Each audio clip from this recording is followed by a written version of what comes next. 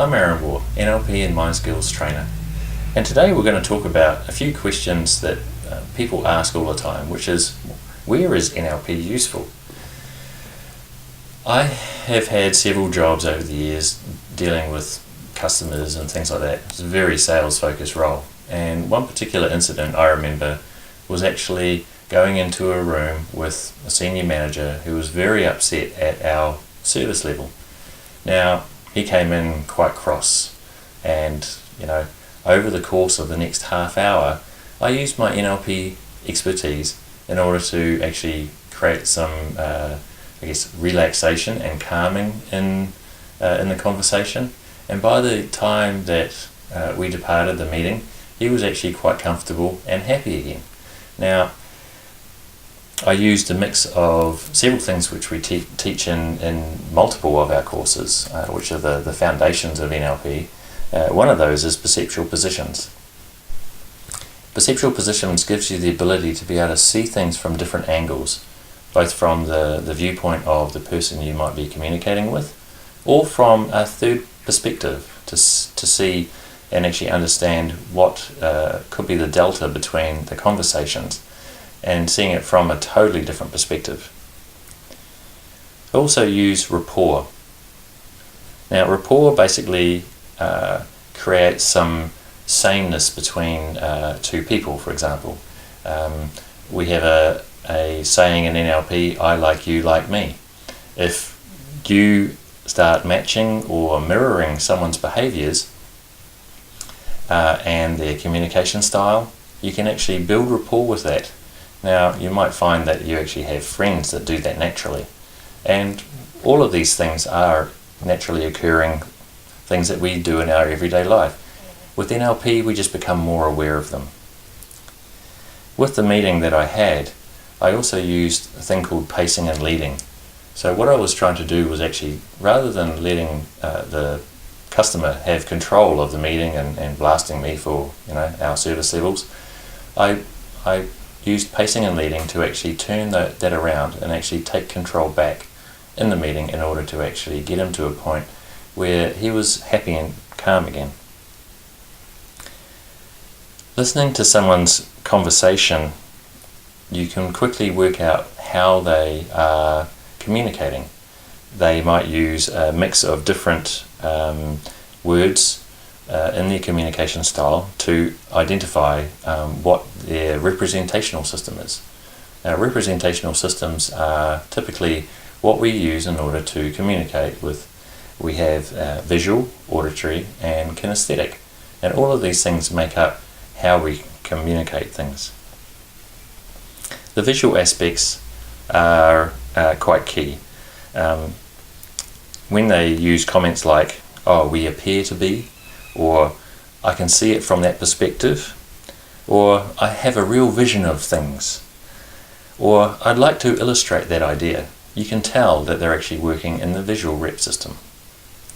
For auditory, which is obviously listening and hearing, they might use words like, oh, this idea rings well with me, or we can articulate this to management, or there are overtones of a major issue here. And so you can actually understand that how someone communicates is on those particular rep systems. And finally, we've got kinesthetic and auditory digital. Now, the kinesthetic is obviously around feeling and touch. We can activate this idea. How can we work through this resistance? I grasp the idea. It really needs some polishing. Those sorts of communication words and sentences, you'll understand that the people are kinesthetic. Now, on the AD side, we call it auditory digital. It's a little bit more complex, but AD is how we communicate with ourselves. And you might hear sentences like, does this make sense? That's a thoughtful idea. Let me think on that. We can emphasize these ideas to management.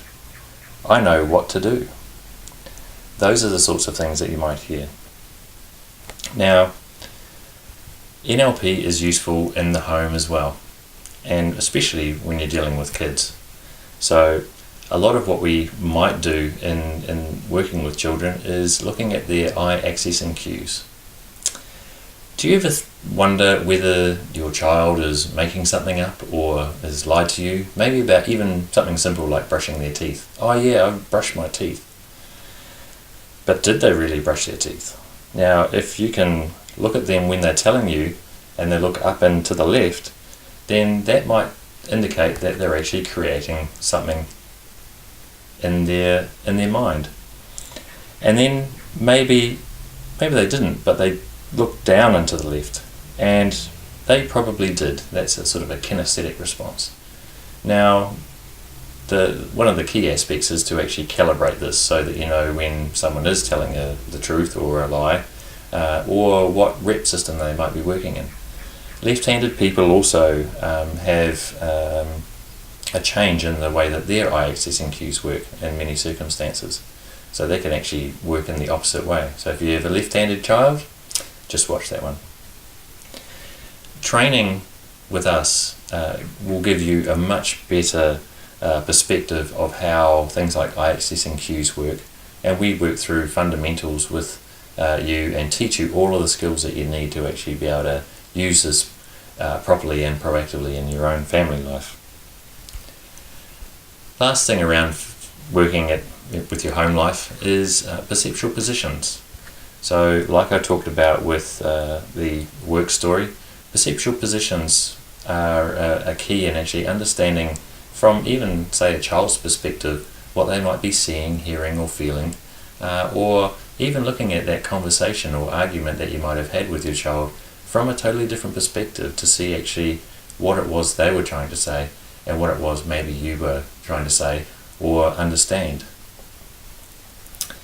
If you can work through a recent conversation that didn't go so well, perceptual positions will give you a much better understanding of maybe even what to do better next time that you're dealing with your family members.